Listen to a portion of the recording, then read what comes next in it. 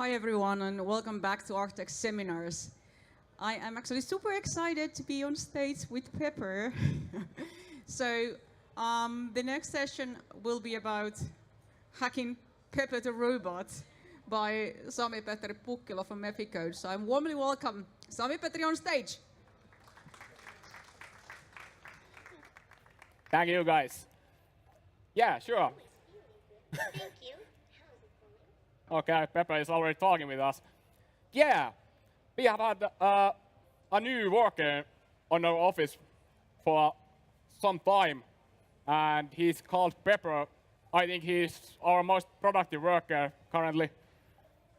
He can talk, and Eficode is consulting company. Yeah, let's actually ask something about our second main straw and see if that speech recognition is working in this noisy environment. Hello, Pepper. Hello, Pepper. Hello. Oh my God, it's working. How are you? How are you? I'm always feeling good. Thank you. How's it going? It's super good. Thanks for asking. So both of us are doing really good. Yeah, I'm already standing, and if not, I am in trouble. thank you. You're welcome. Could you introduce yourself? My name is Pepper. I'm a humanoid robot and I'm 1.20 meters tall. I was born at SoftBank Robotics in Paris. You can keep on asking me questions if you want. Actually, I don't want. Thank you, Pepper. You're welcome. Yeah, that's Pepper. Yeah, a little bit about myself. I work in Eficode. I do mainly mobile applications. And we also do some laser time projects like Pepper, which is a new thing for us. And we are thinking it might be the next thing in our company's working. But yeah, what it is? It's a humanoid robot. Could you? Let's see if you could be a little bit quieter. No, I'll do a little bit tweaking here.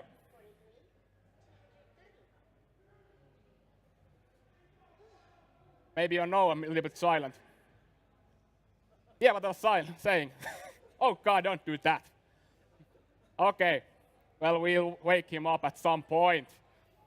Yeah, he's a human robot, which basically means that he's a robot that kinda resembles human. Like he has head, arms, and human-like eyes, but not quite human. That would be an android that would look similar to human. Pepper is mainly made for people's companion. So this robot will not do your laundry. It will not collect your dishes or do that kind of stuff. It is made for your companion. It can read your mind, which sounds a little bit scary for me, but it means it can recognize if your mouth is pointing upwards or downwards, and if you are watching to it or not, and at how fast you are talking it. And why this is interesting in tech perspective is how you program it. This company has tried to make tools for it that would enable you to have easy to develop environment where you don't have to do like heavy math, like how I'm going to move like 5 meters in that way. I can just tell that move it that way, and the software will handle the obstacles and such kind of stuff that usually is really hard. What about the SoftBank that has developed this? I think that some of you might notice that little guy called Neo. It was their first robot, and it gained popularity in universities mainly. And the Pepper is their next one. It was last year that it arrived in Europe's market. And they also have this called Romeo that is kind of like similar, but it has legs, and that makes things complicated. but that Romeo is mainly made for helping elderly people in Japan. And Pepper actually is doing kind of the same thing, but it has wheels. Yeah, let's see where Pepper is used today by the company.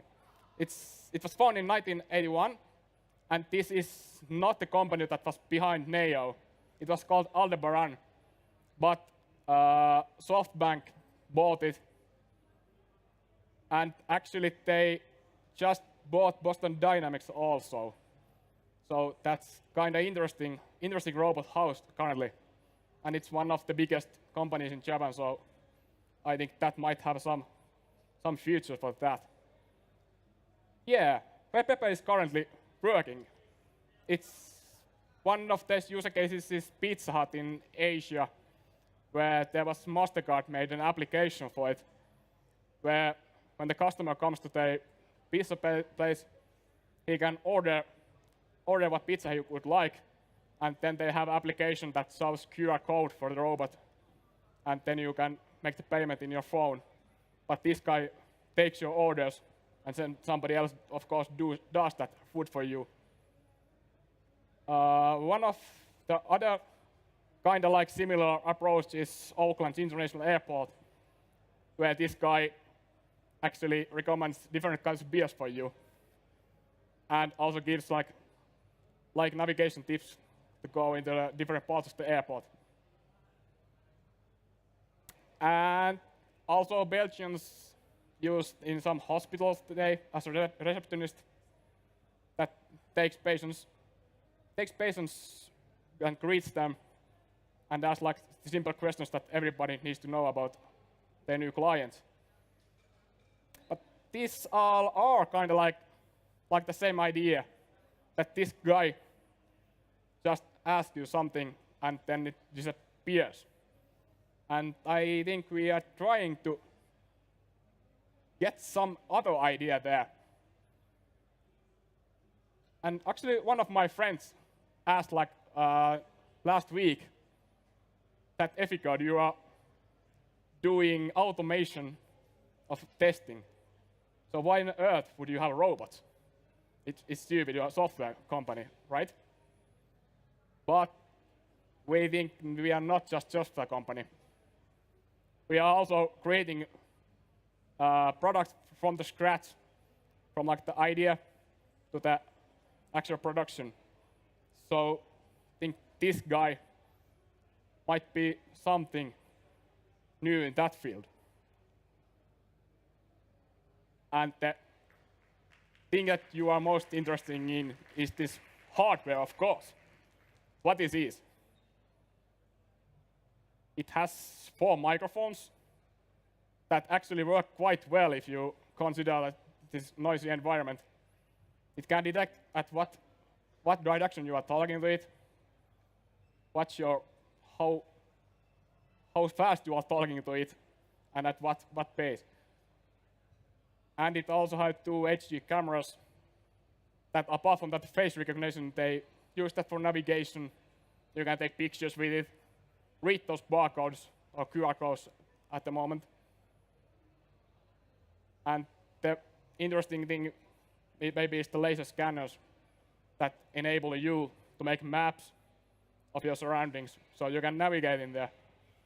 And that's maybe the most used use case of this kind of robots, that you guide people to some place, and that's where you need those. Let's see. The Wi-Fi is the main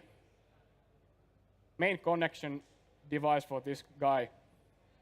You develop software with Wi-Fi, and it can connect to Wi-Fi networks to get data from outside world, and it can also make its own Wi-Fi based by tethering. It has normal computer with it. It has 10-inch tablet on its chest, which is because that speech recognition isn't working always good. So you need some kind of device that you can fall back when things go wrong, and you can show information on it. And the interesting part of this is this battery life. Because, for example, that now robot could be like 40 minutes active, and that's actually the most worst problems of the older robots, that they can't operate very well. This can be about 12 hours with one battery charge, which usually is enough. If you have like 2 robots, I think there is no use case where it would be a problem if you have just 12 hours. The hands, that's actually the reason why you can't do really complex tasks with this, is that it has just one actuator on the arms or hands. So you can get them closed or open, but you can't operate separate fingers. It's just all or nothing. And if you buy this kind of device, then what you get? It's currently not much. There is apps made for Japanese, because this was a big thing in Japan, but not in Europe. And there isn't ready-made apps, kind of like not at all for it. Languages, it can speak English, French, Finnish, and so, but you don't have those dialogue packs, but for just few languages. And for example, Finnish is one of those languages that has just the text-to-speech engine and the recognition, but there isn't any dialogues included, like what you heard in the first place. I'm not sure if it's because Finns just don't talk to each other, so maybe it's a feature. But that's the fact currently. How you install those applications? In Japan, you have this store that they call, that has applications, a lot of them, like hundreds, and they have English names on it, some even English descriptions, but they are not English language apps. I think it's some common pattern that you like translate your front page to look it like there would be English content, but there isn't. And you can't even install them into Europe for some reason. What European clients use is their cloud, which actually I don't have any idea why it's called cloud. It's basically a service that they offer that is kind of like a second store. You have there some applications, currently like 50, that have English language, but they are mainly dialogue package, like how you would answer to certain situations, not like apps that you could just put it in there and that would make it like a good company for you. There's currently no such thing, so you must make them yourself.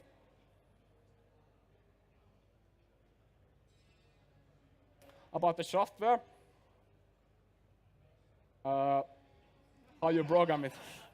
Yeah, it has Gento in it. It's an embedded system, and they don't give you root rights for you. So, for example, the flowchart of how you make applications for it is like, I will hack something quickly for it, like a web application, and what you use for web application. You are using something that you already have, like the Node project you have on your company, ready-made. Then you are like, oh, damn, how I'm going to run Node on this, because it hasn't been installed.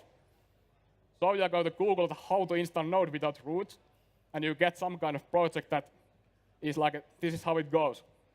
Okay. Then you try to do that, and it's like, yeah, I need compiler for this because I need to compile it myself. And of course, there isn't compiler provided here. So you're like, okay, I could do that on my own machine, but it's too much of hassle. So you think that, okay, this guy runs Python in it, so there must be good Python support. Yeah, there is. You can actually install Python packages for it. And you got that running, then you are like, okay, Flask, I'll make some kind of simple backend for it. Good. Then you run it, and then you realize that there is ports that are closed from the outside world. Okay, good. You just use IP tables to open them, but you don't have root rights. So no, you are not doing that. So you put your application into the cloud and try to hack around it. It kind of works. If you try to ask it about to play a game, it will play a game with you. The architecture, how it works. I said earlier that it tries to make it easy. That has that Gentoo-based distribution as the operating system, which is specifically made them. And after that, they have this Neo QI, which is kind of breaker for this different kind of modules. They connect via TCP connection into that marquee thing here, and they can speak with each other.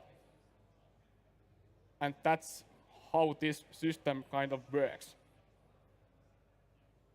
SDKs, like I said, the main language that they recommend to use is Python, but the advanced stuff is made with C++. I think that's what they use in the background, really. Java has some bindings for that, but for some reason they mentioned that you can only use it from remote devices, like that you connect with your computer there, and you don't run it in there. I don't have any idea why, but that's how it is. JavaScript is included. It doesn't have that node thing inside it, but it has Android tablet. And there is the place that you can use the JavaScript. You can interact with the tablet to the robot. And it's a normal Android tablet, kinda.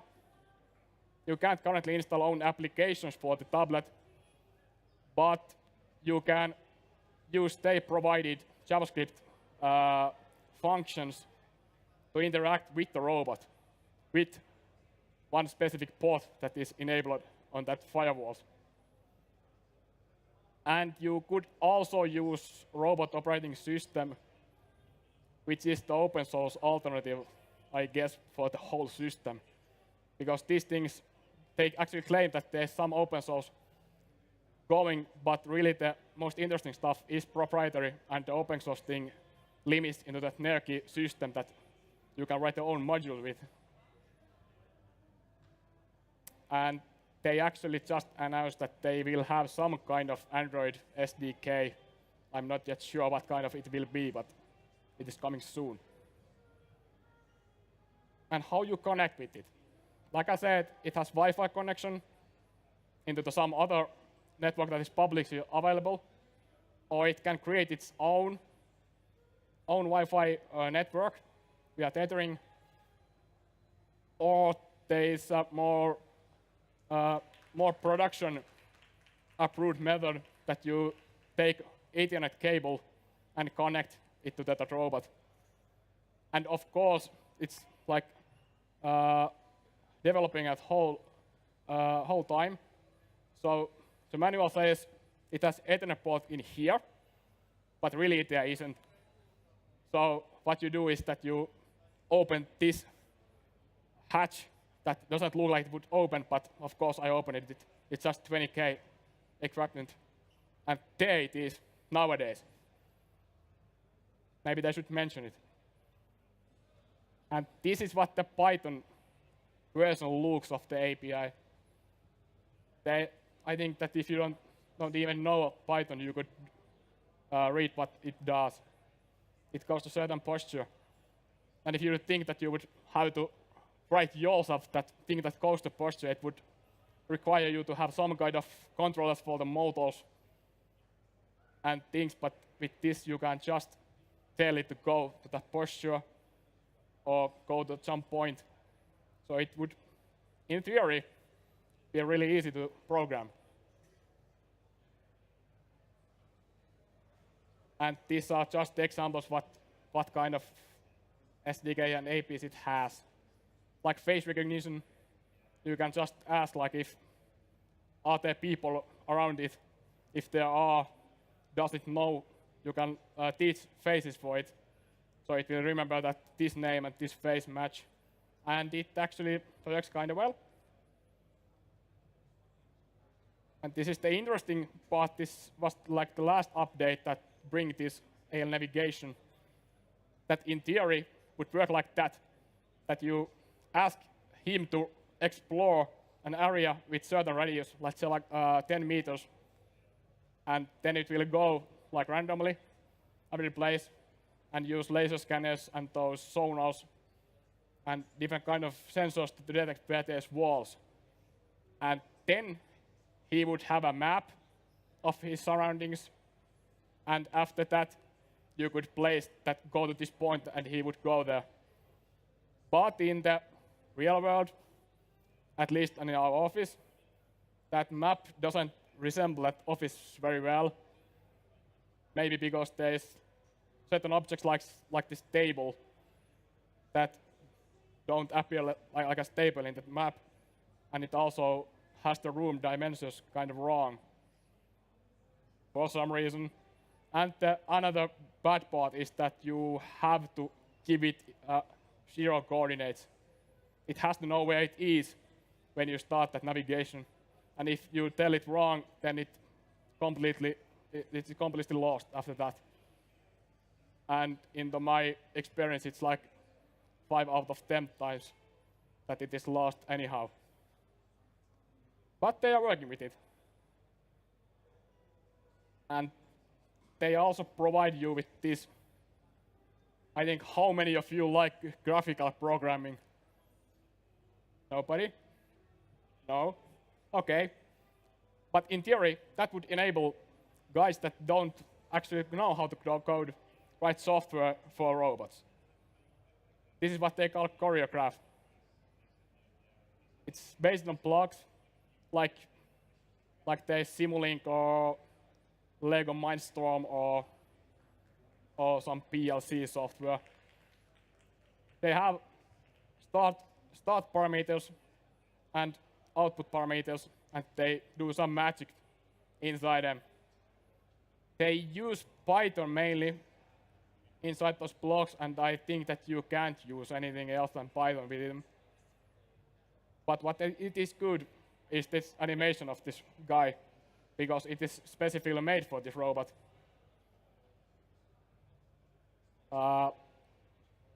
And in theory, you could use like your better programmers to make those blocks via the Python, and after that, you could make some more general guys write logic that would work with their blocks. Yeah. And actually, what I said, that animation, because that's kind of complex thing. If you would like to have some kind of animation, like make it dance or something like that, and you would have to specifically write that, move your arm up, move your left arm down, wait for something, then move your hip to somewhere, it just wouldn't work. So you have this software that enables you to do animations. And actually you can use the physical robot while doing them. They are keyframe based, which means that you start this animation mode, and it will set the stiffness of the motors to keep it in some certain position. And then you tell that you want to move its left arm. So you take that left arm, place it in some position, then it detects that you are giving that hand away, it keeps in that position. And then you just tell it to save this current position for this keyframe, and it makes Bezier curves for it. And it is actually working quite well in that area. And it's currently also the best tool they provide for making application packages for it, like what files you include in them and what kind of parameters it needs to run. There is also standalone. It's actually, I think they are also open source tools for it, but standalone tools with command line tools that give you ability to write your compile your packages for the robot without this IDE, but they lack some features currently. And actually, there's one point that is currently wrong. There's some bugs, but just before we went here, there was a notification that there's new update available, and I thought that, okay, half an hour, of course I will update the whole system. And it should have our company's logo in this tablet. It's not there anymore. But it fixed one bug. There is this tool where you can force input for the robot, like that the human said this word with 100% accuracy, and you can debug it with it. It wasn't working before that update, so those guys fixed it pretty quickly. But it seemed like kind of unstable. We had one guy that keep our internal training with this, and it crashed like 3 times in 2 hours of working. But they are likely to fix that problem at some point.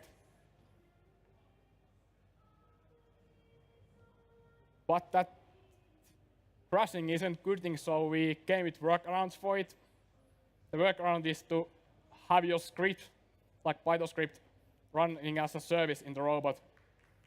So after you load your application, your script will be running on the start, and then you can raise some events from your script or from that IDE packages, and you can have them talk with each other.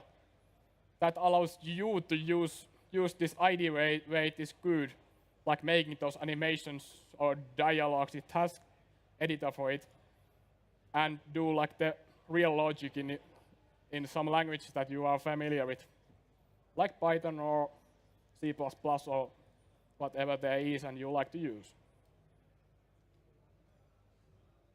Actually, it's not kind of alive currently. Let's change that.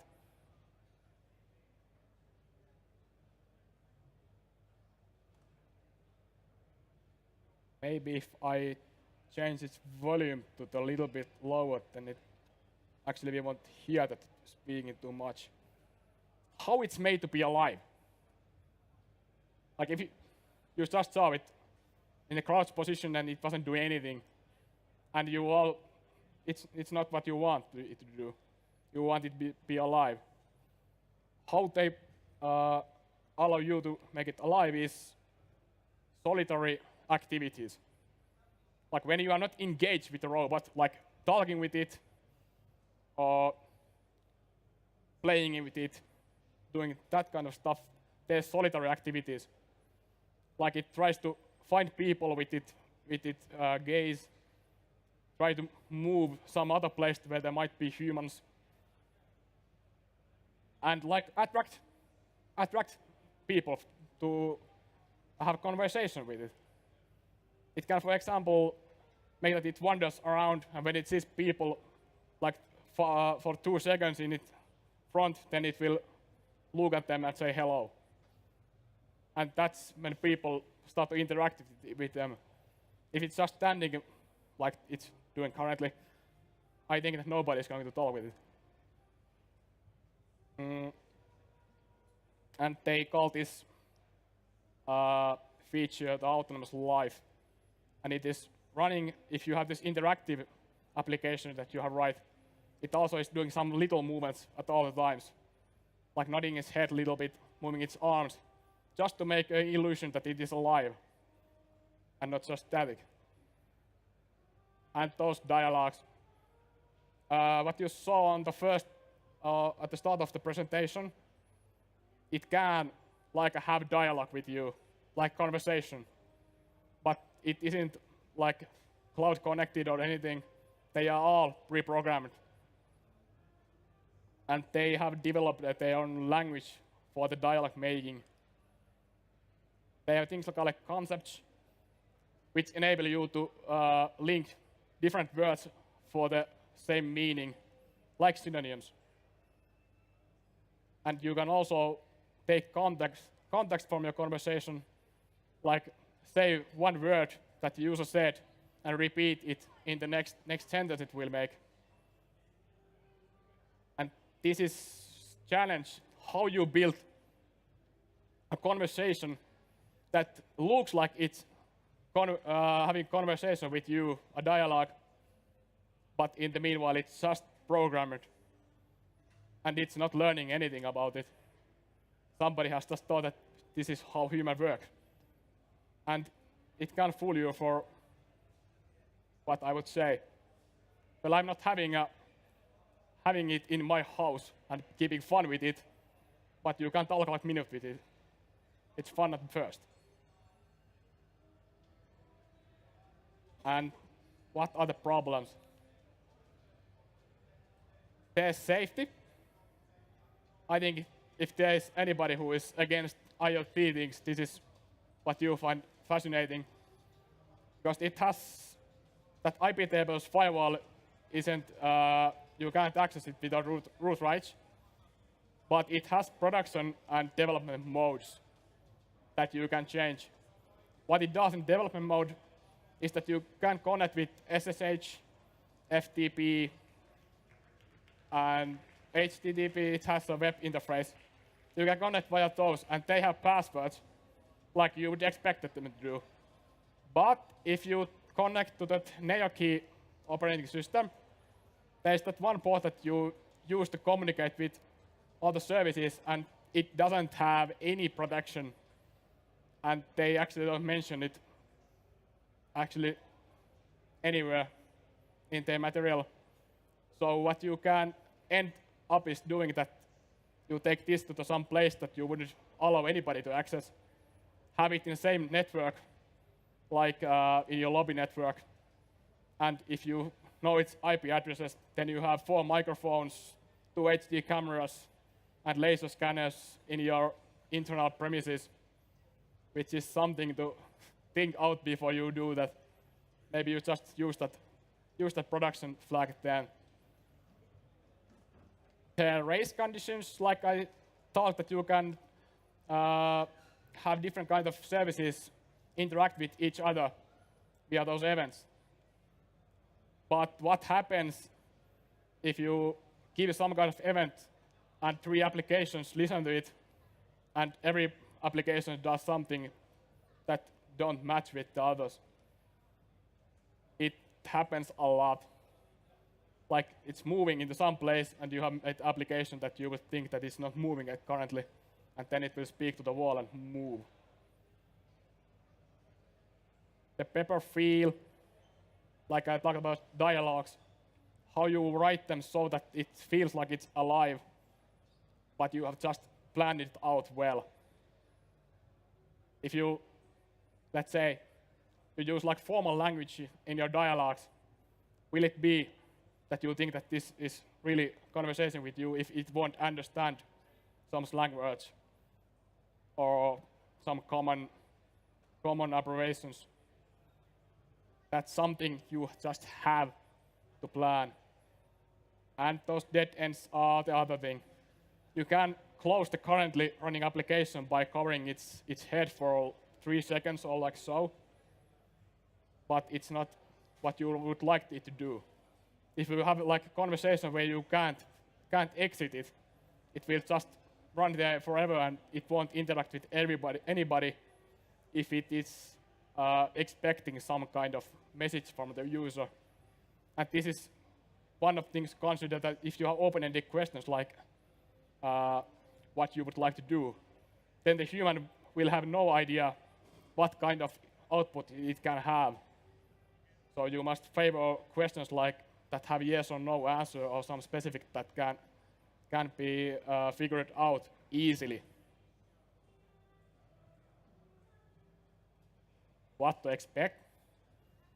This is something it is launched last year in Europe, and from year that in Japan, and it is having a lot of development going on.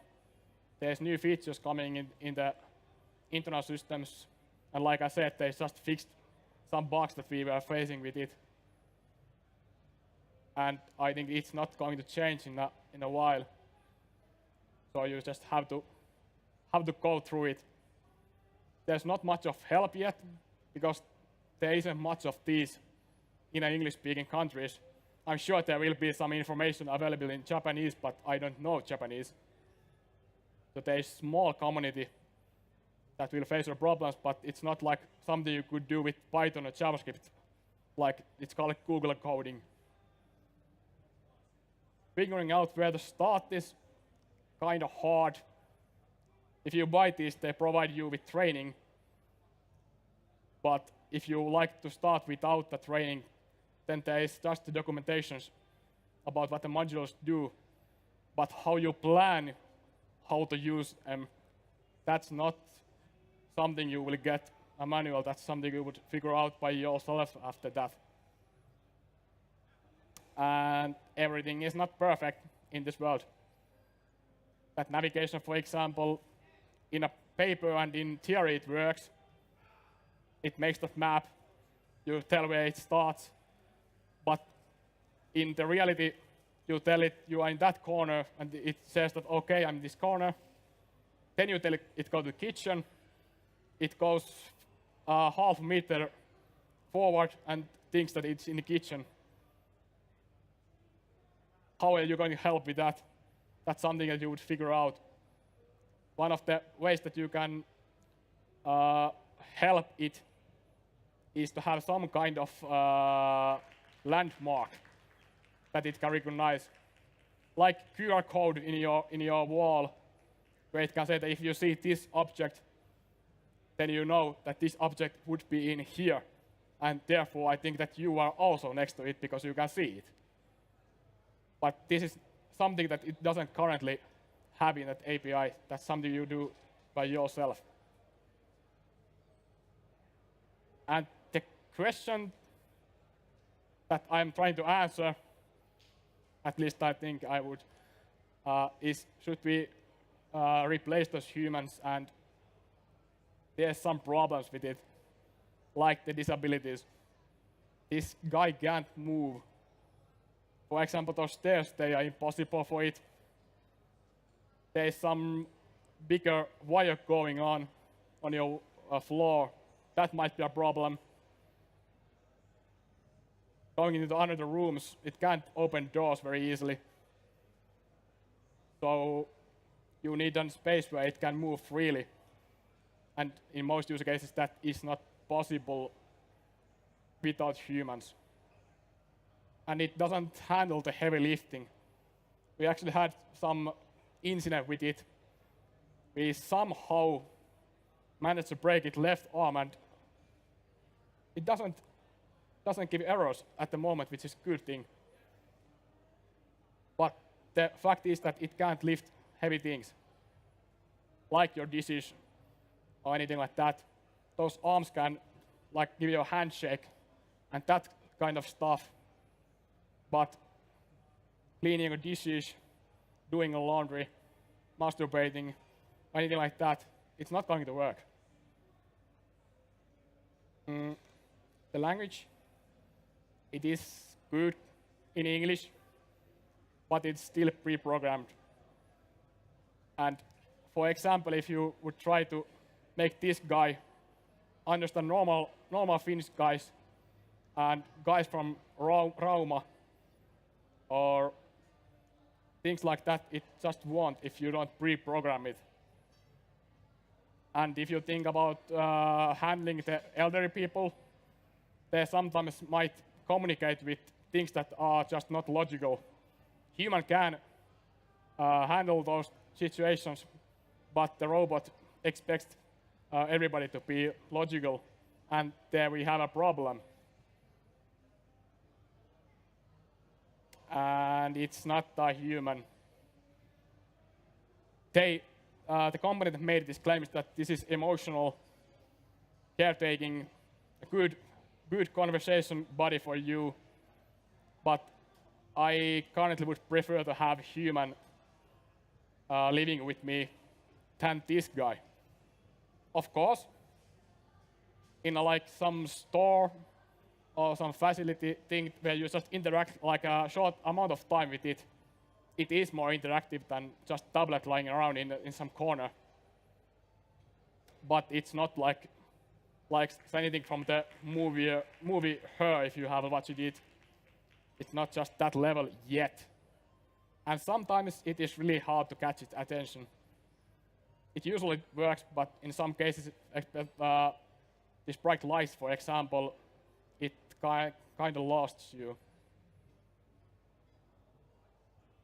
So we are not getting rid of humans yet. But how about helping them? Like, if you would make them their life easier. There is price in every people's life. It's not about how much in cash people are, but they can't work for 24 hours a day. And in the work at night, it's not something you would like to do. Like, for example, in a railway station, there usually doesn't happen anything in the night, but if there is, then it would be really good thing to have some kind of thing to help with you. If it's just a tablet, well, kind of works. It's not interesting. This is interesting. They won't forget anything. So that language, like I said, okay, it's pre-programmed. It can't learn a lot of things. But on the other hand, you need some guy that speaks Japanese. There you have it. You just install the language back. And hopefully somebody else has done that application for you already that you need. And it can talk many languages. Or let's say that you have bought vacuum cleaner for some store. That sales guy is not going to remember what kind of vacuum cleaner you have. Maybe not even if you know that model, that what kind of bags it will have. But this guy can. And it can also remember that where they are located and maybe guide you from the hand that there they are. And you already allow them. Like if you go to the store and you have in a hurry, will you take the self-service checkout or the normal? For some reason, people like to queue for those self-service machines. Airports, same thing. Would you queue for a human or do checkout by yourself? Usually by yourself. And when people in Finland go to store to buy a new television, like Gigantti, for example, they walk in, they are like, okay, where are the televisions located? No idea. Some guy, sales guy comes to hear that, okay, can I help you? And Finns are, no, we are just looking for something. And then they will think, okay, but where the heck are those televisions? I think they wouldn't do the same for this guy. And it's cute. Kind of. I thought that it's cute. But one of my coworkers, he nowadays can't go in the lobby if he's alone. I'm not sure why. He tells that this guy is staring at him. But what will be that game changer? They are used as receptionist, and actually all those applications are kind of similar. You talk something to them, and they will show you something. What would be the next idea?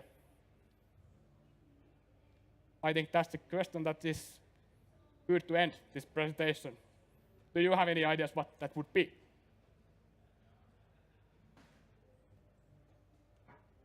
Also, if questions, we have time for one. Okay. Lucky one.